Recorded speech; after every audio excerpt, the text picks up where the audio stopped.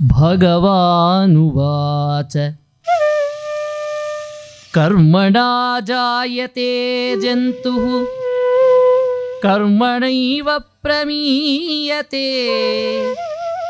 ಸುಖಂ ದುಃಖಂ ಭಯಂ ಕ್ಷೇಮಂ ಕರ್ಮಣೈವಾಭಿಪದ್ಯತೆ.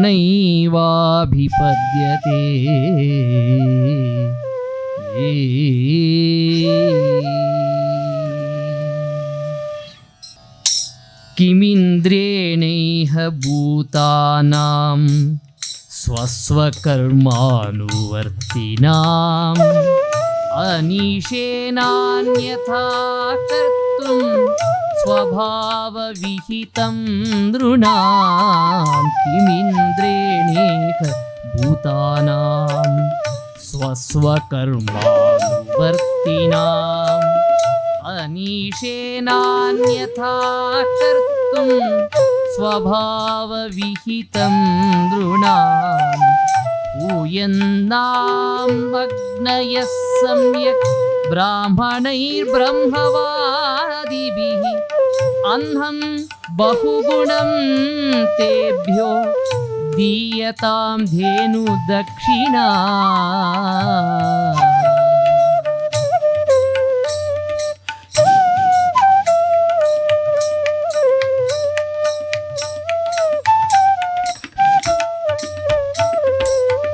ಅನ್ಯೇಭ್ಯಶ್ಚಾಶ್ಚ ಚಂಡಾಲ ಪತಿತೇಭ್ಯೋ ಯಥಾರ್ಹತಃ ಯವಸಂ ಚ ಗವಾಂ ದತ್ವಾ ಗಿರಯೇ ದೀಯತಾಂ ಬಲಿಃ. ಕೃಷ್ಣಸ್ತನ್ಯತಮಂ ರೂಪಂ ಗೋಪವಿಸೃಂಭಣಂ ಗತಃ ಶೈಲೋಸ್ಮೀತಿ ಬ್ರುವನ್ ಭೂರಿ ಬಲಿಮಾದದ್ ಬೃಹದ್ವಪುಃ.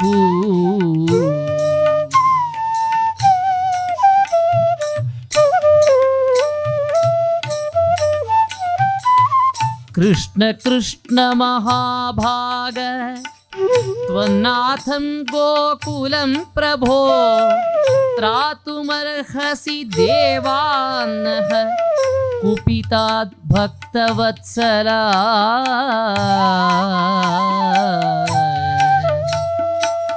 ಇತ್ಯುಕ್ತ್ವೇಕೈನ ಹಸ್ತೇನ ಕೃತ್ವಾ ಗೋವರ್ಧನಾಚಲಂ ದಧಾರ ಲೀಲಯಾ ಕೃಷ್ಣಃ ಛತ್ರಾಕಮಿವ ಬಾಲಕಃ.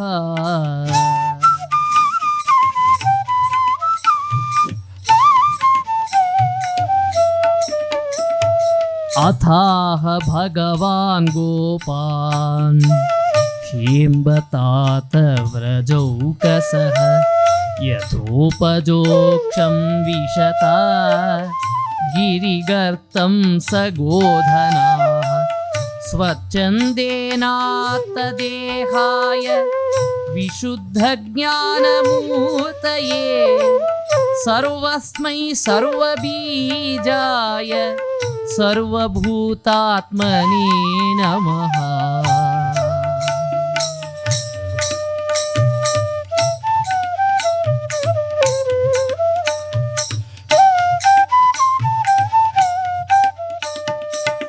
ತ್ವಯೇಷಾನುಗೃಹೀತೋऽಸ್ಮಿ ಧ್ವಸ್ತಸ್ತಂಭೋ ವೃತೋದ್ಯಮಃ ಈಶ್ವರಂ ಗುರುಮಾತ್ಮಾನಂ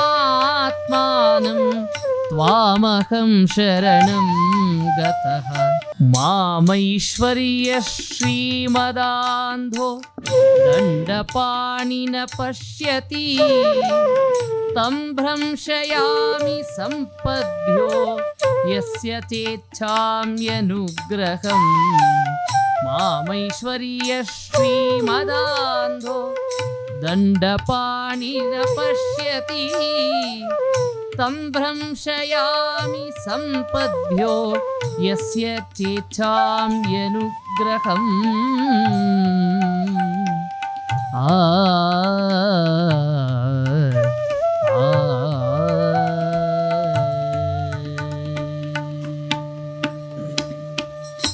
ಏಳರ ಹುಡುಗ ಊರನ್ನು ಎಬ್ಬಿಸುವ ಒಂದು ಘಟನೆ ನಡೆಯಿತು. ದೊಡ್ಡವರೆಲ್ಲ ಗುಂಪು ಕಟ್ಟಿ ಏನೋ ಚರ್ಚಿಸ್ತಾ ಇದ್ದರು. ಉಪನಂದ, ನಂದಗೋಪ ಮೊದಲಾದವರೆಲ್ಲ ಈ ಸಪ್ತಾಹಾಯನನ ಪ್ರವೇಶ ಆಗಿ ಕೇಳ್ತಾ ಕೂತಿದ್ದ. ಅವರೆಲ್ಲ ಮಾತಾಡಿ ಏನೇನೋ ವಿಚಾರ ಮಾಡುವಾಗ ಹುಡುಗ ಕೇಳಿದ, ಏನು ಇದು, ಏನು ವಿಶೇಷ? ಎಲ್ಲರೂ ಬಹಳ ತುರಾತುರಿಯಲ್ಲಿ ಭರ್ಜರಿ ಸಿದ್ಧತೆಯನ್ನು ಮಾಡಿಕೊಳ್ತಾ ಇದ್ದೀನಿ. ಇಲ್ಲಪ್ಪ, ಪ್ರತಿ ವರ್ಷ ನಡೆಸುವ ಇಂದ್ರಯಾಗ, ಅದನ್ನು ಮಾಡಬೇಕು, ಅದಕ್ಕೆ ಸಿದ್ಧತೆ ತುಂಬ ಚೆನ್ನಾಗಾಗಬೇಕು. ಯಾಕೆಂದರೆ ನಾವು ಇವತ್ತು ಮಳೆ ಬೆಳೆ ಕಂಡು ನಮ್ಮ ಹಸು ಕರುಗಳಿಗೆ ಬೇಕಾದಷ್ಟು ಮೇವು ಸಿಕ್ಕಿ ಅವುಗಳು ಸುಖವಾಗಿರಬೇಕಾದ್ರೆ ಇಂದ್ರನ ಅನುಗ್ರಹ ಬೇಕೇ ಬೇಕು. ಅದಿಲ್ಲದೇ ಇದ್ದರೆ ನಾವು ಯಾರೂ ಕೂಡ ಇಷ್ಟು ಸುಖವಾಗಿ ನಮ್ಮ ಮುಂದಿನ ವ್ಯವಹಾರವನ್ನು ನಡೆಸಲಿಕ್ಕೆ ಸಾಧ್ಯ ಇಲ್ಲ. ಆಗ ಈ ಹುಡುಗ, ಅಪ್ಪ ನಂದೊಂದು ಮಾತು ಅಂದ. ಹೇಳು ಪುಟ್ಟ, ನೀನು ಹೇಳುವುದನ್ನು ಯಾವತ್ತೂ ಇಲ್ಲ ಅಂತ ಹೇಳಿದ್ದೇವೆ, ನೀನು ಏನು ಹೇಳ್ತೀಯೋ ಅದನ್ನು ನಾವು ಕೇಳುವುದಕ್ಕೆ ಸಿದ್ಧ ಅಂತ. ಅದಕ್ಕೆ ಅವನು ಹೇಳ್ತಾನೆ, ಅಲ್ಲ, ಹುಟ್ಟಿನ ಪ್ರತಿಯೊಂದು ಹಿಂದೆ ಕರ್ಮ ಅನ್ನೋದನ್ನು ನಾವು ಒಪ್ಪಿರುವವರು. ಕರ್ಮಣೈವ ಹಿ, ಎಲ್ಲ ಕಾರ್ಯಗಳು ನಡೆಯುವಂಥದ್ದು ಅವರು ಮಾಡಿದ ಪೂರ್ವ ಸಂಚಿತವಾದ ಕರ್ಮಗಳ ಪ್ರಭಾವದಿಂದಲೇ ನಡೆಯುವಂಥದ್ದು. ಹುಟ್ಟಿನಿಂದಲೇ ಅಂದರೆ ಕರ್ಮದಿಂದಲೇ ತಿಳಿಯುವುದು, ಕರ್ಮದಿಂದಲೇ ಮರೆಯುವುದು, ಕರ್ಮದಿಂದಲೇ ದುಃಖ, ಕರ್ಮದಿಂದಲೇ ಭಯ, ಕರ್ಮದಿಂದಲೇ ಬಿಡುಗಡೆ, ಇದೆಲ್ಲವೂ ಆಗುವುದು ಕರ್ಮಣೈವಾಭಿಪದ್ಯತೆ. ಕಿಂ ಅನೀಶೇನ ಇಂದ್ರೇಣ. ಇಂದ್ರ ಏನು ಮಾಡ್ತಾನೆ? ಇದು ಕೃಷ್ಣ ಹೇಳ್ಬೋದು, ನಾವು ಹೇಳಲಿಕ್ಕಾಗಲ್ಲ. ಆದರೆ ಕೃಷ್ಣ ಹೇಳಿದ್ದು ಯಾಕೆ ಅನ್ನೋದು ನಮ್ಗೆ ಗೊತ್ತಿರಬೇಕು. ಎಷ್ಟೋ ಸರ್ತಿ ನಾವು ದೇವತೆಗಳ ಕಥೆಗಳನ್ನು ಆಡುವಾಗ ಆ ಕಥೆಯ ಓಘದಲ್ಲಿ ನಾವು ಬಹಳ ಸಲೀಸಾಗಿ ನಮ್ಮ ನಡುವೆ ಇರುವ ವ್ಯಕ್ತಿಗಳ ಕಥೆಯನ್ನೇ ಹೇಳ್ತಾ ಇರುವ ಹಾಗೆ ನಾವು ಅದನ್ನು ಪ್ರಸ್ತುತಪಡಿಸುವ ಉದ್ದೇಶ ಅದು ನಮ್ಮ ನಡುವೆಯೇ ನಡೀತಾ ಇದೆ ಅನ್ನುವ ಭಾವನೆಗಾಗಿ ಹೊರತು ಆ ಪದಗಳಿಂದ ಅಥವಾ ಆ ವ್ಯಕ್ತಿಗಳ ಬಗ್ಗೆ ನಾವು ಆಡಿದ ಮಾತುಗಳು ಅದು ನಮ್ಮ ನಡುವೆ. ಈಗ ಎಷ್ಟೋ ಸರ್ತಿ ನಾವು ಸಿಟ್ಟು ಮಾಡಿಕೊಂಡಾಗ, ಏನು ಋಷಿಗಳೇ ಸಿಟ್ಟು ಮಾಡಿಕೊಳ್ಳಲ್ವಾ, ನಾವು ಸಿಟ್ಟು ಮಾಡಿಕೊಂಡ್ರೆ ಏನು ತಪ್ಪು ಅನ್ನುವ ವಾದಗಳನ್ನು ನಾವು ಸಮಾಜದಲ್ಲಿ ಕಾಣ್ತೇವೆ. ಇಂದ್ರನೇ ಎಷ್ಟು ಸರ್ತಿ ಅನ್ಯಾಯ ಮಾಡಿದ್ದಾನೆ, ಇಂದ್ರನೇ ಎಷ್ಟು ಸರ್ತಿ ತಪ್ಪು ಮಾಡಿದ್ದಾನೆ, ಆದರೂ ಅವನನ್ನೆಲ್ಲ ನೀವು ಕ್ಷಮಿಸಿ ನಮಗೆ ಮಾತ್ರ ತಪ್ಪು ಮಾಡಿದ್ದಕ್ಕೆ ಘೋರಘೋರವಾದ ನರಕಗಳ ಸುದ್ದಿಯನ್ನು ಕಿವಿಗೆ ಬಿತ್ತುತ್ತಾನೆ ಇದ್ದು ಹೆದರಿಸಿ ಸಾಯಿಸ್ತೀರಿ ನೀವು ಅನ್ನುವ ಆಕ್ಷೇಪಗಳನ್ನು ನಾವು ಕೇಳುತ್ತೇವೆ. ಆದರೆ ಅದರ ಹಿನ್ನೆಲೆ ನಾವು ಅದಕ್ಕೆ ಮತ್ತೆ ಮತ್ತೆ ಕೇಳ್ತಾ ಇರಬೇಕು ಅಂತ. ಒಂದು ಸರ್ತಿ ಕೇಳಿದಾಗ ಈ ಥರ ಸಂದೇಹ ಬರುತ್ತೆ, ಮತ್ತೆ ಅದೇ ಕಥೆ ಕೇಳಬೇಕು, ಕಥಾಶ್ರವಣ ಮಾಡೋ ನಿರಂತರ. ಮತ್ತೆ ಕಥೆ ಅದೇ ಕೇಳಿದಾಗ ಅಥವಾ ಇನ್ನೊಬ್ಬರಿಂದ ಅದೇ ಕಥೆಯನ್ನು ಮತ್ತೊಂದು ಮುಖದಲ್ಲಿ ಕೇಳಿದಾಗ ಆಗ ಕೇಳಿದ ಸಂಗತಿಗಳಲ್ಲಿ ಬಂದ ಸಂದೇಹದ ಪರಿಹಾರ ಮತ್ತೊಂದು ಮಾತಿನಿಂದ ಅದು ಖಂಡಿತ ಪರಿಹಾರ ಆಗುತ್ತೆ. ಆ ದೊಡ್ಡವರು ತಪ್ಪು ಮಾಡ್ತಾರೆ ಅಂತನ್ನುವ ಮಾತು ದೇವರಿಗಿಂತ ಅವರು ಚಿಕ್ಕವರು ಅನ್ನೋ ಎಚ್ಚರ ಕೊಡಲಿಕ್ಕಷ್ಟೇ ಹೊರತು ನಾವು ಅವರ ತಪ್ಪುಗಳನ್ನು ನಮ್ಮ ಜೀವನದ ತಪ್ಪು ಒಪ್ಪುಗಳಿಗೆ ಒಂದು ಸಾಣೆ ಹಿಡಿಲಿಕ್ಕಿರುವಂತಹ ವ್ಯಕ್ತಿತ್ವ ಅಲ್ಲ ಅನ್ನೋದು ನಮಗೆ ತಲೆಯಲ್ಲಿ ಇದ್ದು ಈ ಕಥೆಗಳನ್ನು ನಾವು ಕೇಳಿಸಿಕೊಳ್ಬೇಕು. ಕೃಷ್ಣ ಹೇಳ್ತಾನೆ, ಅನೀಶನಾದ ಇಂದ್ರನಿಂದ ಏನು ಸಾಧ್ಯ? ನಮ್ಮ ಕರ್ಮವೇ ನಮಗೆ ಫಲ ಕೊಡುವುದು ಅಂತಂದಾಗ ಅವನು ಈ ವಿಷಯದಲ್ಲಿ ಸ್ವತಂತ್ರ ಅಲ್ಲ. ಕರ್ತಾರಂ ಭಜತೆ ಸೋಪಿ ಸಹ್ಯಕರ್ತು ಪ್ರಭುರ್ಹಿ ಸಹ. ಅವನು ಕೂಡ ಮತ್ತೊಬ್ಬರನ್ನು ಆಶ್ರಯಿಸಿಯೇ ತನ್ನ ಕರ್ತವ್ಯಗಳನ್ನು ತನ್ನ ಕಾರ್ಯಭಾರಗಳನ್ನು ಈಡೇರಿಸಿಕೊಳ್ಳುವವನು ತಂದ ಮೇಲೆ ಇಂದ್ರನಿಗೆ ಯಾಕೆ ಹೆದರುತ್ತೀರಿ? ಸ್ವಭಾವತಂತ್ರೋ ಹಿ ಜನಃ ಸ್ವಭಾವಮನುವರ್ತತೆ ಸ್ವಭಾವಸ್ಥಮಿದಂ ಸರ್ವಂ ಸದೇವಾಸುರ ಮಾನುಷಂ. ಆ ಸ್ವಭಾವ ಅನ್ನೋದಕ್ಕೆ ತುಂಬ ಅರ್ಥ ಇದೆ. ಸ್ವಭಾವ ಅಂದರೆ ಒಂದು ಪರಮಾತ್ಮ ಅಂತಲೇ ಅರ್ಥ. ಮತ್ತೊಂದು ಅವನ ಸ್ವಭಾವ ಅಂತಂದರೆ ಜೀವದ ಯೋಗ್ಯತೆಗೆ ಅನುಗುಣವಾಗಿ, ಜೀವದ ಸ್ವಭಾವಕ್ಕೆ ಅನುಗುಣವಾಗಿ ಅವನು ಏನೇನು ಅನುಭವಿಸ್ತಾನೆ ಅದು ಅವನ ಒಳಗೆ ಇದ್ದದ್ದನ್ನೇ. ಅದು ಜೀವದಲ್ಲಿ ಎಲ್ಲವೂ ಕೂಡ ಪೂರ್ವ ಪ್ರಿಡಿಕ್ಟ್ ಆಗಿರುತ್ತೆ. ನಾವು ಅದನ್ನು ತಿಳಿದಿಲ್ಲ, ನಮಗದು ಸಸ್ಪೆನ್ಸ್ ಆದ್ರಿಂದಾಗಿ ಜೀವನ ಇಷ್ಟು ಸಂತೋಷವಾಗಿದೆ. ಎಲ್ಲ ಮೊದಲೇ ಗೊತ್ತಾಗಿ ಬಿಟ್ರೆ ಇಷ್ಟು ಆಸಕ್ತಿಯಿಂದ ಒಂದು ಬಾರಿ ನೋಡಿದ ಸಿನಿಮಾವನ್ನು ಮತ್ತೊಂದು ಸರ್ತಿ ನೋಡ್ತೇವೆ ಅಂದರೆ ಆ ಮೊದಲಿನ ಖುಷಿ ಇರಲ್ಲ. ಆ ಖುಷಿ ಯಾವಾಗಿರುತ್ತೆ ಅಂದರೆ ಅದು ಇನ್ನೇನಾಗುತ್ತೆ ಅಂತ ಗೊತ್ತಿರುವಾಗ. ಸ್ವಭಾವಕ್ಕೆ ಎಲ್ಲ ಗೊತ್ತಿದ್ರೂ ನಾವು ತಿಳಿದುಕೊಳ್ಳಿಕ್ಕಾಗದ ಈ ಪೊರೆಯೊಂದರಲ್ಲಿ ಸಿಲುಕಿಕೊಂಡಿದ್ದೇವೆ. ಆದ್ದರಿಂದಾಗಿ ನಮಗದು ಹೊಸತು ಅಂತ ಅನ್ನಿಸುತ್ತೆ. ಆದರೆ ಭಗವಂತನಿಗೆ ಇದೆಲ್ಲವೂ ಕೂಡ ಹೇಗೆ ನಡೆಯುತ್ತೆ, ಏನು ನಡೆಯುತ್ತೆ ಅಂತ ತಿಳಿದು ಆಗುವಂಥದ್ದು. ದೇವತೆಗಳಿರಲಿ, ಅಸುರರಿರಲಿ, ಮನುಷ್ಯರಿರಲಿ ಎಲ್ಲರೂ ಕೂಡ ಅನುಸರಿಸುವುದು ಈ ಸ್ವಭಾವದ ಅಡಿಯಲ್ಲೇ ನಿಂತು ತಮ್ಮ ಕಾರ್ಯಭಾರಗಳನ್ನು ನಡೆಸ್ತಾರೆ. ಅದರಿಂದಾಗಿ ನೀವು ಗೋವರ್ಧನನ ಪೂಜೆ ಮಾಡಿದರೆ ತುಂಬ ಉತ್ತಮ ಅಂತ ನನ್ನ ಭಾವನೆ. ಯಾಕೆಂದರೆ ಆ ಬೆಟ್ಟಗಳಿಂದ ಮೋಡ ತಡೆ ನಿಲ್ಲಿಸಿ ಮಳೆ ಬಂದು ಅದು ಉಕ್ಕಿ ಹರಿದು ಮತ್ತೆ ನದಿಯಾಗಿ ಅದರ ಬುಡಗಳಲ್ಲಿ ಮರಗಳು ಬೆಳೆದು ಆ ಮರಗಳು ಮತ್ತೆ ಬೇಕಾದಂತಹ ನಮಗೆ ಹಣ್ಣು ಹಂಪಲುಗಳನ್ನು ಕೊಟ್ಟು ಇಳಿದು ಬಂದ ನೀರಿನಿಂದ ಗದ್ದೆಯೆಲ್ಲ ತುಂಬಿ ಅಲ್ಲಿ ಬೆಳೆ ಬೆಳೆದು ಅವುಗಳಿಂದ ಮೇವು ಸಿಕ್ಕಿ ಅವುಗಳ ಪದಾರ್ಥಗಳನ್ನು ನಾವು ಮಾರಿ ನಾವು ಸಂಪಾದಿಸಿ ಮೇವು ತಿಂದ ಹಸುಗಳಿಂದ ಹಾಲು ಮೊಸರು ಬೆಣ್ಣೆ ತುಪ್ಪಗಳು ಸಿಕ್ಕಿ ಆ ಮೂಲಕ ನಮ್ಮ ಬದುಕಿಗೆ ಮಂಗಲವನ್ನು ಹಾಡ್ತಾ ಇರೋದು ಆ ಬೆಟ್ಟ. ಆ ಬೆಟ್ಟಕ್ಕೆ ಪೂಜೆ ಮಾಡಿದರೆ ಎಲ್ಲವನ್ನೂ ಪೂಜಿಸಿದ ಹಾಗೆ. ಅದಕ್ಕೋಸ್ಕರ ನೀವು ಬೆಟ್ಟವನ್ನು ಪೂಜೆ ಮಾಡುವುದು ತುಂಬ ಉತ್ತಮ. ಗೋವರ್ಧನನನ್ನು, ಅದಕ್ಕೆ ಹೆಸರೇ ನೋಡಿ ಗೋವರ್ಧನ. ಅದರಿಂದಾಗಿ ಅದನ್ನೇ ಪೂಜಿಸಬೇಕಾದದ್ದು ಸರಿ ಅಂತ ಹುಡುಗನ ಮಾತಿನಲ್ಲಿ ಕಂಡ ಸರಿಯಾದ ತರ್ಕಗಳನ್ನು ಒಪ್ಪಿಕೊಂಡ ತಂದೆ ತಾಯಿಗಳು ತಕ್ಷಣವೇ ಆಯಿತು ಅಂತಂದರು. ಬಾಲಾದಪಿ ಶುಕಾದಪಿ, ಹೇಳುವ ಒಳ್ಳೆಯ ಮಾತು ಎಲ್ಲಿಂದ ಬಂದ್ರೇನು? ನಿನಗೇನು ಅನುಭವ ಇದೆ, ನಾವು ಹಿಂದಿನಿಂದ ಇಷ್ಟೆಲ್ಲ ವರ್ಷಗಳಿಂದ ಅಭ್ಯಾಸ ಮಾಡಿಕೊಂಡು ಬಂದವರು ಅಂತ ಮಾತಾಡಲಿಲ್ಲ, ದೊಡ್ಡವರಾಗ್ಬಿಟ್ರು ಅವರು. ನಾವೆಷ್ಟೋ ಸರ್ತಿ ಹಾಗೆ ಮಾಡಿ ಮಾತಾಡಿ ದಡ್ಡರಾಗ್ಬಿಡ್ತೇವೆ. ಆದರೆ ಒಳ್ಳೆಯ ಅಂಶ ಎಲ್ಲಿಂದ ಬಂದರೂ ಸ್ವೀಕರಿಸಬೇಕು ಅನ್ನುವ ಆ ಯೋಚನೆಯಿಂದ ನಂದಗೋಪ ಅದನ್ನು ಒಪ್ಪಿಕೊಂಡು, ಅಲ್ಲ ಈ ಪೂಜೆಗೆ ವ್ಯವಸ್ಥೆಗೆ ಮತ್ತೆ ಬೇರೆ ಬೇರೆ ಸಾಮಗ್ರಿಗಳನ್ನು ಎಲ್ಲಿಂದ ತರುವುದು? ಅದಕ್ಕೆ ಹೇಳಿದ ಬೇರೆ ಸಾಮಗ್ರಿ ಇಲ್ಲವೇ ಇಲ್ಲ, ನೀವು ಈ ಪೂಜೆಗೆ ಏನಿತ್ತೋ ಅದನ್ನು ಹೆಸರು ಹೆಡ್ಲೈನ್ ಮಾತ್ರ, ಶೀರ್ಷಿಕೆ ಮಾತ್ರ ಬದಲಾಯಿತು, ಇಂದ್ರಯಾಗ ಹೋಗಿ ಗೋವರ್ಧನ ಪೂಜೆ ಅಂತ ಅಷ್ಟೇ, ಏನೂ ಬದಲಿಲ್ಲ. ಅದೇ ವಸ್ತುಗಳನ್ನು ಅದೇ ಕ್ರಮದಲ್ಲಿ ಅಷ್ಟೇ ಪ್ರಮಾಣದಲ್ಲಿ ಒಪ್ಪಿಸಿ ಭಗವಂತನ ಪೂಜೆಯನ್ನು ಗೋವರ್ಧನನ ಮುಖದಲ್ಲಿ ಮಾಡುವಂಥದ್ದು ಅಂತ ಹೀಗೆ ಹೇಳಿದಾಗ, ಸರಿ ಏನೇನು ಮಾಡಬೇಕು ಅಂತ ನೀನೇ ಹೇಳು ಅಂತಾಗ ಅದಕ್ಕೆಲ್ಲದಕ್ಕೂ ಅವನು ಕ್ರಮವನ್ನು ಹೇಳಿದ. ಏನೇನು ಮಾಡಬೇಕು ಅಂತ ಆ ಹುಡುಗ ಹೇಳ್ತಾನೆ. ಹೂಯಂತಾಂ ಅಗ್ನಯ, ಅಗ್ನಿಯ ಆಹುತಿಯನ್ನು ಕೊಡುವಂಥದ್ದಿದ್ದೇ ಇದೆ. ಆಮೇಲೆ ಋತ್ವಿಜರಿಗೆ, ಒಳ್ಳೆಯ ಶಾಸ್ತ್ರಾಧ್ಯಯನ ಮಾಡಿದವರಿಗೆ ಚೆನ್ನಾಗಿ ಬೇಕಾದ ಹೊಟ್ಟೆ ತುಂಬ ಅನ್ನ, ಕೈ ತುಂಬ ದಕ್ಷಿಣೆ ಸಂಪತ್ತು, ಮನೆ ತುಂಬ ತುಂಬುವುದಕ್ಕೆ ಬೇಕಾದಂತಹ ಗೋಧನಗಳನ್ನು ಇತ್ತು. ಯಾಕೆಂದರೆ ಆಗಲೇ ಮಾತು ಬಂತು, ವಸುದೇವ ಕೃಷ್ಣ ಹುಟ್ಟಿದೊಡನೆ ಆ ಕ್ಷಣದಲ್ಲಿ 10,000 ಗೋವುಗಳನ್ನು ಕೊಡ್ತೇನೆ ಅಂತ ಸಂಕಲ್ಪ ಮಾಡಿದ. ಖುಷಿಯಿಂದ ಮೈಮರೆತು ಸಂಕಲ್ಪ ಮಾಡಿದ್ದಲ್ಲ, ಕೊಡುವ ತಾಕತ್ತಿದೆ ಅನ್ನೋ ಎಚ್ಚರದಿಂದಲೇ ಅವನು ಸಂಕಲ್ಪ ಮಾಡಿದ್ದು. ಯಾಕೆ ಏನಾಗಿತ್ತು ಅಂದರೆ, ಯಾದವರಲ್ಲಿ ಬಹಳ ಜನ ತಮ್ಮ ಕ್ಷತ್ರಧರ್ಮವನ್ನು ತೊರೆದು, ಇವನು ತಮ್ಮ ನಂದಗೋಪ ತನ್ನ ತಂದೆಗೆ ವೈಶ್ಯಸ್ತ್ರೀಯಲ್ಲಿ ಹುಟ್ಟಿದವ ನಂದಗೋಪ, ಹಾಗಾಗಿ ಅವರಿಬ್ಬರು ಭಾರೀ ಆತ್ಮೀಯರಾಗಿದ್ದರಿಂದ ನಂದಗೋಪನಿಗೆ ಬೇಕಾದ ಎಲ್ಲ ರೀತಿಯ ಗೋಧನಗಳಿಗೆ ಬೇಕಾದ ವ್ಯವಸ್ಥೆಯನ್ನು ಸಹಕಾರವಾಗಿ ವಸುದೇವನೇ ಇತ್ತದ್ದು, ವಸುದೇವನ ಎಲ್ಲ ಗೋವುಗಳನ್ನು ನೋಡ್ಕೊಳ್ತಾ ಇದ್ದದ್ದು ನಂದಗೋಪ. ಹಾಗಾಗಿ ನಂದಗೋಪನ ಮನೆಯಲ್ಲಿ ಇರುವಂತಹ ಸಂಪತ್ತಿನಲ್ಲಿ ಒಂದು ಭಾಗವನ್ನು ತಾನು ಕೊಡ್ತೇನೆ ಅಂದರೆ ಅವನದ್ದಲ್ಲ, ಇವನದ್ದೇ ಅದು, ಇವನ ಸಂಪತ್ತನ್ನೇ ಕೊಟ್ಟದ್ದು, ನೋಡ್ಕೊಳ್ಳಿಕ್ಕೆ ಅವನಿದ್ದ ಅಷ್ಟೇ. ಹಾಗೆಯೇ ಅನೇಕ ಯಾದವರು ತಮ್ಮ ವೈಯಕ್ತಿಕ ಧರ್ಮವನ್ನು ಬಿಟ್ಟು ಬೇರೆ ಎಲ್ಲೋ ಚೆಲ್ಲಾಪಿಲ್ಲಿಯಾಗಿದ್ರು. ಹಾಗಾಗಿ ಕೃಷ್ಣನಿಗೆ ಯದುಕುಲ ತಿಲಕ ಅಂತ ಹೇಳಿದ್ದು. ಸುಮ್ಮನೆ ಒಂದು ಹೆಸರಿರಲಿ ತಿಲಕ ಅಂತ ಒಂದು ಇಟ್ಟರೆ ಚೆನ್ನಾಗಿರುತ್ತೆ ಅನ್ನೋ ಅರ್ಥದಲ್ಲಿ ಹೇಳಿದ್ದಲ್ಲ, ಎಲ್ಲ ಯಾದವರನ್ನು ಒಟ್ಟು ಮಾಡಿದ ಅನ್ನುವ ಮಾತು ಮುಂದೆ ಬರುತ್ತೆ. ಹಾಗಾಗಿ ಈ ಹೊತ್ತಿನಲ್ಲಿ ಇವರಲ್ಲಿ ಒಂದು ಜಾಗೃತಿ ಬೆಳೆಸಬೇಕಿತ್ತು. ಅದಕ್ಕೋಸ್ಕರ ಈ ಗೋವರ್ಧನ ಪೂಜೆಯ ಬಗ್ಗೆ ಒಂದು ಕಾನ್ಸೆಪ್ಟನ್ನು ಹೊಸದಾಗಿ ಅವರಿಗೆ ಕಾಣುವಂತೆ ಅದು ಹೊಸದಾಗಿ ಆಗಿದ್ದರೂ ಅದರ ಅರ್ಥವತ್ತಾದ ಕಾರ್ಯವನ್ನು ಹೇಗೆ ಮಾಡಬೇಕು ಅಂತ ಕ್ರಮವಾಗಿ ಹೇಳಿದ. ಹೇಗೆ ಅಡಿಗೆಗೆ ಮಾಡಬೇಕು, ಯಾವ ರೀತಿಯ ಸೂಪ ಮಾಡಬೇಕು, ಯಾವ ರೀತಿಯಾದ ಪಾಯಸ ಮಾಡಬೇಕು, ಹೇಗೆ ಗಂಜಿಯನ್ನು ತಯಾರಿಸಬೇಕು, ಎಲ್ಲವನ್ನೂ ಹೇಳಿದ್ದಾನೆ. ಹೇಳಿ ಆದ್ಮೇಲೆ ಶಷ್ಕುಲ್ಯ ಸರ್ವ ದೋಹಶ್ಚಗೃಹ್ಯತಾಂ, ಒಳ್ಳೆ ಚಕ್ಕುಲಿ ಮಾಡಿ ಉಂಡೆ ಮಾಡಿ ಏನು ಮಾಡಬೇಕು ಅದು ಹುಟ್ಟಿದಾಗ ನಾವು ಇವತ್ತು ಮಾಡುವ ಕ್ರಮ ಏನಿದೆಯೋ ಅದನ್ನೆಲ್ಲವನ್ನು ಕೃಷ್ಣನೇ ರೆಸಿಪಿ ಕೊಟ್ಟದ್ದು.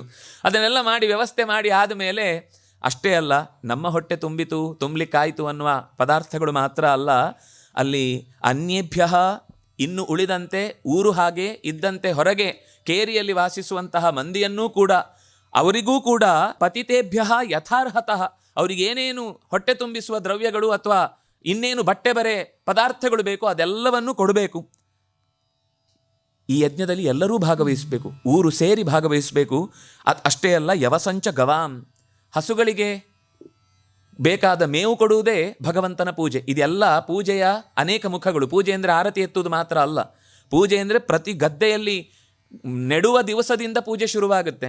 ಯಾಕೆಂದರೆ ನಾಳೆ ಬೇಯಿಸುವ ಅನ್ನ ಇಲ್ಲಿಂದ ಬೆಳೆಯುವುದು, ಅಲ್ಲಿಂದ ಶುರುವಾಗುವ ಪೂಜೆ ಎಲ್ಲ ಮುಖಗಳನ್ನು ನೀವು ಪರಿಚಯ ಮಾಡಿಕೊಳ್ಬೇಕು ಅನ್ನೋದಕ್ಕೋಸ್ಕರ ಗೋವರ್ಧನ ಪೂಜೆ ಎನ್ನುವ ಎಚ್ಚರಿಕೆಯನ್ನು ಕೊಟ್ಟ. ಅದೇ ರೀತಿ ಪ್ರದಕ್ಷಿಣಂಚ ಕುರುತ, ಈ ಗೋವಿನ ರಕ್ಷಣೆಗೆ ಕಾರಣವಾದ ಬೆಟ್ಟವನ್ನು ಪ್ರದಕ್ಷಿಣೆ ಬನ್ನಿ. ಇವತ್ತಿಗೂ ಈ ಮಾತನ್ನು ನಡೆಸ್ತಾರೆ. ಗೋವರ್ಧನ ಪರಿಕ್ರಮ ಅಂತ ಮಾಡ್ತಾರೆ, ಅನೇಕ ಥರ ಮಾಡ್ತಾರೆ. ಆಶ್ಚರ್ಯ ಆಗುತ್ತೆ. ನಾವು ಒಂದು ಸರ್ತಿ ಪರಿಕ್ರಮಕ್ಕೆ ಅಂತ ಹೋದಾಗ ಅಲ್ಲಿ ಅನೇಕ ಜನ, ಒಬ್ರಿಬ್ರಲ್ಲ 100 ಜನ. ನಾವು ಫಸ್ಟ್ ಒಂದು 10 ಹೆಜ್ಜೆ ಇಡುವಾಗಲೇ ಗಾಬರಿ ಆದ್ವಿ, ಹೋಗ್ತಾ ಗಾಬರಿಯಲ್ಲೇ ಬಿದ್ವಿ. ಕೊನೆ ತನಕ 21 ಕಿಲೋಮೀಟರ್ ಕೂಡ ಹಾಗೆ ಗಾಬರಿ ಆಗುವ ಸ್ಥಿತಿಯಲ್ಲೇ ನಾವು ಪ್ರದಕ್ಷಿಣೆ ಬಂದ್ವಿ. ಕೆಲವರು ವಾಹನದಲ್ಲಿ ಹೋಗ್ತಾರೆ, ತೊಂದರೆ ಆಗುವವರು, ನಡಿಲಿಕ್ಕಾಗದವರು, ಇನ್ನು ಕೆಲವರು ನಡ್ಕೊಂಡು ಹೋಗ್ತಾರೆ. ಕೆಲವರು ಹೇಗೆ ಪ್ರದಕ್ಷಿಣೆ ಹಾಕ್ತಾರೆ ಅಂತಂದರೆ, ಒಂದು ಉದ್ದದ ಪ್ಲಾಸ್ಟಿಕ್ಕಿನ ಶೀಟು ಅಥವಾ ಬಟ್ಟೆಯ ಶೀಟು ಏನನ್ನು ಎದುರಿಗೆ ಚೆಲ್ಲಿ 2 ಬ್ಯಾಗ್ ಹಿಡ್ಕೊಂಡಿರ್ತಾರೆ. ಒಂದು ಬ್ಯಾಗಿನಲ್ಲಿ 108 ಕಲ್ಲಿರುತ್ತೆ, ಇನ್ನೊಂದು ಖಾಲಿ ಬ್ಯಾಗ್ ಇರುತ್ತೆ. ಅದನ್ನು ಎದುರುಗಡೆ ಇಡ್ತಾರೆ ಖಾಲಿ ಬ್ಯಾಗನ್ನು. ಈ ಬ್ಯಾಗಿನಿಂದ ಒಂದು ಕಲ್ಲು ತೆಗೆಯುವುದು ಆ ಶೀಟಿನ, ಯಾಕೆಂದರೆ ಅದು ಮಣ್ಣು ಕಲ್ಲೆಲ್ಲ ಇರುತ್ತೆ ತುಂಬ, ಅಷ್ಟು ದೂರ ಅವ್ರು ಪ್ರತಿ ಸರ್ತಿ ಹಾಗೆ ಅಡ್ಡ ಬಿದ್ದರೆ ಮೈಯೆಲ್ಲ ತರ್ಚ್ಕೊಂಡು ಬರುತ್ತೆ. ಅದಕ್ಕೋಸ್ಕರ ಅವರು ಬೀಳುವಾಗ ಒಂದು ಕಲ್ಲನ್ನು ತೆಗೆದು ಅದಕ್ಕೆ ಆ ಕಡೆಗೆ ಹಾಕಿ ನಮಸ್ಕಾರ ಮಾಡಿ ಗೋವರ್ಧನ ಗಿರಿಧರಾಯ ನಮಃ ಅಂತ ಹೇಳಿ ನಮಸ್ಕಾರ ಮಾಡ್ತಾರೆ, ಏಳುತ್ತಾರೆ, ಮತ್ತೊಂದು ಕಲ್ಲು ತೆಗಿತಾರೆ, ಮತ್ತೆ ಮುಂದಿನ ಆ ಚೀಲಕ್ಕೆ ಹಾಕ್ತಾರೆ. ಹೀಗೆ 108 ಆದಮೇಲೆ ಆ ಖಾಲಿ ಚೀಲವನ್ನು ತೊಗೊಂಡು ಮುಂದೆ ಇಡೋದು ಮತ್ತೆ. ಆಮೇಲೆ ಈ ಚೀಟು ತೊಗೊಂಡೋಗಿ ಮತ್ತೆ ಅಷ್ಟೇ ತಾವು ಎಷ್ಟು ಉದ್ದಕ್ಕೆ. ಹೆಣ್ಮಕ್ಳು ಅಡ್ಡಕ್ಕೆ ಎದೆ ತಾಗಬಾರ್ದು ನೆಲಕ್ಕೆ ಅಂತ ಅಡ್ಡಕ್ಕೆ ನಮಸ್ಕಾರ ಮಾಡಿ, ಕೆಲವರು ಎದೆ ತಾಗಬಾರ್ದು ಅಂತ ಹಿಂದಕ್ಕೆ ನಮಸ್ಕಾರ ಮಾಡ್ತಾರೆ. ಹೀಗೆ ನಮಸ್ಕಾರ ಅಂದರೆ ದೇಹವನ್ನು ಸರ್ವ ರೀತಿಯಿಂದಲೂ ಸಮರ್ಪಿಸ್ತಾ ಇದ್ದೇವೆ ಅಂತ. ಹೀಗೆ ಪ್ರದಕ್ಷಿಣಂಚ ಕುರುತ, ಪ್ರದಕ್ಷಿಣೆ ಮಾಡಿ ಇದು ನಿಮಗೆ ವಿಶೇಷವಾದ ಫಲ ಕೊಡುತ್ತೆ ಅಂತ ಹೇಳಿದ ಮಾತನ್ನು ಇವತ್ತಿಗೂ ಆ ಮಂದಿ, ಒಂದು ಹೆಣ್ಮಗಳು ತಲೆಯ ಮೇಲೆ ಒಂದು ಕರವನ್ನು ಹಿಡಿದುಕೊಂಡು ಬೆಟ್ಟದ ಹತ್ತಿರದಲ್ಲಿ ಪ್ರದಕ್ಷಿಣೆ ಬರ್ತಾ ಇದ್ಲು. ಏನು ನೋಡಿದ್ರೆ ಅದಕ್ಕೊಂದು ತೂತಿತ್ತು, ಆ ತೂತಲ್ಲಿ ಹಾಲು ಬೀಳ್ತಾ ಇತ್ತು. ಪಕ್ಕದಲ್ಲಿ ಇಬ್ಬರು ಅವರ ಮಕ್ಕಳು ಒಂದು ತಳ್ಳು ಗಾಡಿಯಲ್ಲಿ ದೊಡ್ಡ ಪಾತ್ರೆ ತುಂಬ ಹಾಲು ತುಂಬಿಕೊಂಡಿದ್ದಾರೆ. ಪ್ರತಿ ಹೆಜ್ಜೆಗೂ ಆ ತಾಯಿಯ ತಲೆ ಮೇಲಿದ್ದ ಆ ಕೊಡಕ್ಕೆ ಆ ಹಾಲನ್ನು ಹಾಕ್ತಾ ಇದ್ದಾರೆ ಹುಡುಗರು. ಹೋಗಿ ಅಷ್ಟು ಅಂದರೆ ಅವಳು ಸಂಕಲ್ಪ ಮಾಡಿದ್ದು ಗೋವರ್ಧನ ಪರ್ವತಕ್ಕೆ ನಾನು ಕ್ಷೀರಾಭಿಷೇಕ ಮಾಡ್ತೇನೆ, ಯಾಕೆಂದರೆ ಮುಂದೆ ಕ್ಷೀರಾಭಿಷೇಕದ ಮಾತು ಕೃಷ್ಣನಿಗೆ ಮಾಡಿದ್ರು, ಸುರಭಿ ಬಂದು ಮಾಡಿದ್ಲು ಅನ್ನುವ ಮಾತು ಬರುತ್ತೆ. ಗೋವರ್ಧನ ರೂಪದಲ್ಲೇ ಇರುವ, ಬೆಟ್ಟದ ರೂಪದಲ್ಲೇ ಇರುವ ಕೃಷ್ಣನಿಗೆ ಆಕೆ ಪ್ರದಕ್ಷಿಣೆ ಬಂದು ನಮಸ್ಕಾರ ಮಾಡ್ತಾ ಕ್ಷೀರದ ಅಭಿಷೇಕ ಮಾಡ್ತೇನೆ ಅಂತ ಅನ್ನುವ ಹಾಗೆ ಏನೆಲ್ಲ ಇವತ್ತು ಆಚರಣೆಗಳು ನೋಡ್ತೇವೆ, ಅದು ಭಾಗವತದಲ್ಲಿ ಸೂಚಿತವಾದ ಸಂಗತಿಗಳು. ಅದರಿಂದಾಗಿ ನಮ್ಗೆ ಅದೇನೋ ಸುಮ್ಮನೆ ಏನೋ ಮಾಡ್ತಾರೆ ಅಲ್ಲ, ಅದು ಭಾಗವತವೇ ಸೂಚಿಸಿದಂತಹ ಅನೇಕ ವ್ರತಗಳು ಅನ್ನೋದನ್ನು ನಾವು ಮನಸ್ಸಿನಲ್ಲಿ ಇಟ್ಟುಕೊಂಡ್ರೆ ಆ ಭಕ್ತಿ ನಿಜವಾಗಿಯೂ ಭಾಗವತದಿಂದ ಮೂಡುತ್ತೆ ಅನ್ನೋದು ಸುಳ್ಳಲ್ಲ ಅನ್ನೋದು ಗೊತ್ತಾಗುತ್ತೆ. ಹಾಗೆ ಎಲ್ಲ ಆದೇಶ ಮಾಡಿದಂತೆ ಯಜ್ಞ ನಡೆದವು, ಹಸುಗಳಿಗೆ ಮೇವು ಸಿಕ್ಕಿತು, ಬೇಕಾದ ಪೂಜೆಗಳು ಬರುವಾಗ ಅಲ್ಲಿ ಸ್ವತಃ ಕೃಷ್ಣ ಅನ್ಯತಮಂ ರೂಪಂ, ತಾನೇ ಸ್ವತಃ ಇನ್ನೊಂದು ರೂಪದಿಂದ ಗೋವರ್ಧನದ ಬೆಟ್ಟದ ರೂಪದಲ್ಲಿ ಶೈಲೋಸ್ಮೀತಿ ಬ್ರುವನ್, ನಾನೇ ಬೆಟ್ಟದ ರೂಪದಲ್ಲಿ ನಿಂತಿದ್ದೇನೆ, ಕೊಡಿ ನನಗೆ ಆಹುತಿ ಅಂತಂದಾಗ ಬೆಟ್ಟದ ಬುಡಕ್ಕೆ ತಗೊಂಡು ಹೋಗಿ ಹಾಕಿದ ಅನ್ನದ ಬಲಿಯನ್ನ ಭಗವಂತ ಪ್ರೀತಿಯಿಂದ ಸ್ವೀಕಾರ ಮಾಡಿ ಆ ದೊಡ್ಡ ಶರೀರದಿಂದ ನಿಮ್ಮನ್ನು ರಕ್ಷಿಸ್ತೇನೆ ಅಂತಂದ. ಮಾತಿದೆ, ಧರ್ಮೋ ರಕ್ಷತಿ ರಕ್ಷಿತಃ ಅಂತ. ಬೆಟ್ಟವನ್ನು ಪೂಜಿಸಿ ಇಂದ, ನೀವು ಬೆಟ್ಟವನ್ನು ಆರಾಧಿಸಿ ಅಂತಂದ. ಬೆಟ್ಟವನ್ನು ಗೌರವಿಸುವುದು ಅಂದರೆ ಸುಮ್ಮನೆ ಆರತಿ ಎತ್ತುವುದು ಮಾತ್ರ ಅಲ್ಲ, ಬೆಟ್ಟವನ್ನು ಉಳಿಸುವುದು. ಬೆಟ್ಟದ ಮೇಲೆ ನಾವು ಅಲ್ಲಿ ಇವತ್ತಿಗೂ ಅಕಸ್ಮಾತ್ ನಾವು ಪ್ರದಕ್ಷಿಣೆ ಬರುವಾಗ ಯಾರಾದರೂ ಬುದ್ಧಿ ಇಲ್ಲದೆ ಮಧ್ಯದಲ್ಲಿ ಒಂಚೂರು ಗೂಡಿದೆ ಅಂತ ಒಳಕ್ಕೆ ಹೋಗ್ಲಿಕ್ಕೆ ಹೋದರೆ ಬಾಯಿಗೆ ಬಂದಂಗೆ ಬೈತಾರೆ. ಅದು ಕೃಷ್ಣ, ಅದರ ಮೇಲೆ ತಲೆ ಮೇಲೆ ಕಾಲಿಡ್ತೀರಾ ನೀವು ಅಂತ ಬೈದು ಹೊರಕಟ್ಟುತ್ತಾರೆ. ಅಂದರೆ ಆ ಬೆಟ್ಟವೇ ಕೃಷ್ಣನ ರೂಪದಲ್ಲಿ ಇದೆ ಅನ್ನುವ ಭಾವನೆಯಿಂದ ಅವರು ಇವತ್ತಿಗೂ ಆ ಪೂಜೆಯನ್ನು ಮಾಡುತ್ತಾರೆ. ಹಾಗೆ ಬೆಟ್ಟದ ರೂಪದಲ್ಲಿ ನಾನೇ ಇದ್ದೇನೆ, ಧರ್ಮದ ರೂಪದಲ್ಲಿ ನಾನೇ ಇದ್ದೇನೆ ಅಂತ ತಿಳಿಸುವ ಹಾಗೆ ಬೆಟ್ಟದ ಪೂಜೆ ಆಯಿತು. ಇಂದ್ರನಿಗೆ ಸಿಟ್ಟು ಬಂದು ತತ್ಕ್ಷಣದಲ್ಲಿ ತನ್ನ ಸಾಂವರ್ತಕ ಮೇಘಗಳನ್ನೆಲ್ಲ ಆದೇಶಿಸಿ ಎಲ್ಲ ಕಡೆ ಇದ್ದವರು ಒಟ್ಟು ಸೇರಿ ಗೋಕುಲದೆಡೆಗೆ ಸಾಗಿ ಮಳೆಯನ್ನು ಸುರಿಸಿ ಅಂತ ಹೇಳಿದ್ದಾನೆ. ಪುಷ್ಕರಾವರ್ತಕ ಮುಸಲಧಾರೆಯ ನೀರು ಆ ಪರಿಸರದಲ್ಲಿ ಇದ್ದಕ್ಕಿದ್ದಂತೆ ಮಧ್ಯಾಹ್ನ ಆಗುವುದರ ಸಮಯವೇ ರಾತ್ರಿಯಾದಂತೆ ಮೋಡ ಕವಿಯಿತು. ಆ ಕಾರ್ಮೋಡ ಹೇಗೆ ಕವಿಯಿತು ಅಂತಂದರೆ ಪರಸ್ಪರ ಒಬ್ಬರಿಗೊಬ್ಬರು ಕಾಣಿಸಿಕೊಳ್ಳದಷ್ಟು ಕತ್ತಲಾಯಿತು. ಎಲ್ಲರಿಗೂ ಭಯ ಆಯಿತು. ತಕ್ಷಣವೇ ಕೃಷ್ಣನ ಮುಖವನ್ನು ನೋಡಿದ್ರು. ಕೃಷ್ಣ ಮಹಾಭಾಗ ತ್ವನ್ನಾಥಂ ಗೋಕುಲಂ ಪ್ರಭೋ ತ್ರಾತುಮರ್ಹಸಿ ದೇವಾನ್ನಃ ಕುಪಿತಾದ್ ಭಕ್ತವತ್ಸಲ. ಇಂದ್ರಯಾಗದ ಕೈ ಬಿಟ್ಟ ಪರಿಣಾಮ ಈಗ ಇಂದ್ರನಿಂದ ನಾವು ಶಿಕ್ಷಿತರಾಗುವುದಕ್ಕೆ ಸಿದ್ಧರಾಗಬೇಕಾದ ಸ್ಥಿತಿ ಬಂದಿದೆ. ಕೃಷ್ಣ ನೀನೇ ರಕ್ಷಿಸಬೇಕು, ನಿನ್ನನ್ನೇ ಒಡೆಯ ಅಂತ ಭಾವಿಸಿ ನೀನು ಆಡಿದ ಮಾತುಗಳಿಗೆ ನಾವು ತಲೆಬಾಗಿದ್ದೇವೆ ಅಂದೊಡನೆ ಕೃಷ್ಣ ಹೇಳಿದ, ನನ್ನನ್ನು ಒಪ್ಪಿಕೊಂಡು ಬಂದ ಮೇಲೆ ನಾನು ನಿಮ್ಮ ಕೈ ಬಿಡುವವನಲ್ಲ, ನಿನ್ನವ ಅಂದ ತಕ್ಷಣವೇ ತನ್ನವ ಅಂತ ಅವನ ಅಡ್ರೆಸ್ ತೊಗೊಂಡಾಗಿರುತ್ತೆ. ಅವನು ಹೇಳಿದ ಕೂಡಲೇ ನೀವು ಯಾರೂ ಕೂಡ ಹೆದರಬೇಡಿ, ಯಥೋಪಜೋಷಂ ವಿಶತ ಗಿರಿಗರ್ತಂ ಸಗೋಧನಾಹ. ತಾನು ತಕ್ಷಣದಲ್ಲೇ ಯಾವ ಬೆಟ್ಟವನ್ನು ಪೂಜಿಸಿ ನೀವು ಗೌರವಿಸಿದ್ರೋ ಆ ಬೆಟ್ಟದಿಂದಲೇ ನಿಮಗೆ ರಕ್ಷಣೆಯಾಗುತ್ತೆ ಅನ್ನೋದಕ್ಕೋಸ್ಕರ ತಕ್ಷಣವೇ ತನ್ನ ಎಡಗೈಯಿಂದ ಕಿರುಬೆರಳ ಕೊನೆಯಲ್ಲಿ ಆ ಬೆಟ್ಟವನ್ನು ಎತ್ತಿ ಹಿಡಿದು ಆ ಗಿರಿಯ ಗರ್ತದಲ್ಲಿ ಎಲ್ಲರೂ ಪ್ರವೇಶ ಮಾಡಿ, ನೀವು ಮಾತ್ರ ಅಲ್ಲ ನಿಮ್ಮ ಹಸುಗಳು, ನಿಮ್ಮ ಜೊತೆಗಿರುವ ಉಳಿದ ಎಲ್ಲ ಪ್ರಾಣಿ ಪಕ್ಷಿಗಳು ಎಲ್ಲವೂ ಕೂಡ ಜೊತೆ ಸೇರಿ ಅಂತ ಒಳಕ್ಕೆ ಹೋಗಿ ಸೇರಿಕೊಂಡ್ರು. ಹುಡುಗರಿಗೆಲ್ಲ ಅಯ್ಯೋ ಕೃಷ್ಣ ಇಷ್ಟು ಹೊತ್ತು ಎತ್ತಿದ್ದಾನೆ ಅಂತ ತಾವು ಕೂಡ ತಮ್ಮ ಕೈಯಲ್ಲಿರುವ ಹಸು ಮೇಯಿಸ್ಲಿಕ್ಕಿದ್ದ ದಂಡವನ್ನು ಸ್ವಲ್ಪ ಹೊತ್ತು ಹಿಡ್ಕೊಂಡ್ರಂತೆ. ಆಮೇಲೆ ಕೈ ನೋವಂತಂತೆ. ಕೃಷ್ಣ ಮಾತ್ರ ನಗುತ್ತನೇ ಒಂದು ಕ್ಷಣವೂ ಅವನ ಮುಖದಲ್ಲಿ ವೀಕ್ಷಮಾಣೋ ದಧಾರಾದ್ರಿಂ ಸಪ್ತಾಹಂ ನಾಚಲತ್ ಪದಾತ್, ಹೆಜ್ಜೆಯನ್ನು ಕೂಡ ಪಕ್ಕಕ್ಕಿಡಲಿಲ್ಲ, ಕೈಯನ್ನು ಕೂಡ ಈ ಕೈಯಿಂದ ತೆಗೆದು ಈ ಕೈಗೆ ಇಟ್ಕೊಳ್ತೇನೆ ಅಂತ ಮಾಡಲಿಲ್ಲ. 7 ದಿನಗಳ ಕಾಲ ಫಸ್ಟ್ ಟೈಮ್ ಕ್ವಾರಂಟೈನ್ ಸ್ಥಿತಿಯಲ್ಲಿ ಇಡೀ ಗೋಕುಲ ಒಂದೇ ಕಡೆ ಬಿಗಿಯಾಗಿ ಬಂದಿಯಾಗಿತ್ತು. ಆದರೆ ಯಾರಿಗೂ ಕೂಡ ಕ್ಷುತ್ ತೃಟ್ ಹಸಿವು ನೀರಡಿಕೆಗಳ ಬಾಯಾರಿಕೆಗಳ ತೊಂದರೆಯೇ ಆಗಲಿಲ್ಲಂತೆ. ಯಾಕೆಂದರೆ ಕೃಷ್ಣನ ಜೊತೆಗಿದ್ದಾಗ ಅವನನ್ನು ನೋಡ್ತಾ ನೋಡ್ತಾ ಆ 7 ದಿನ ಹೇಗೆ ಕಳೆದು ಹೋಯಿತು ಅಂತಲೇ ಗೊತ್ತು. ಅವನ ಗುಣಗಾನ ಮಾಡ್ತಾ, ಅವನನ್ನು ನೋಡ್ತಾ, ಅವನ ಬಗೆಗೆ ಸೇವೆಯನ್ನು ಮಾಡ್ತಾ ಆ 7 ದಿನಗಳು ಕಳೆದು ಹೋದದ್ದೇ ಗೊತ್ತಾಗದೆ ಸುರಕ್ಷಿತವಾಗಿ ಊರು ಯಾವ ತೊಂದರೆಯೂ ಇಲ್ಲದೆ ಬಚಾವಾಯಿತು.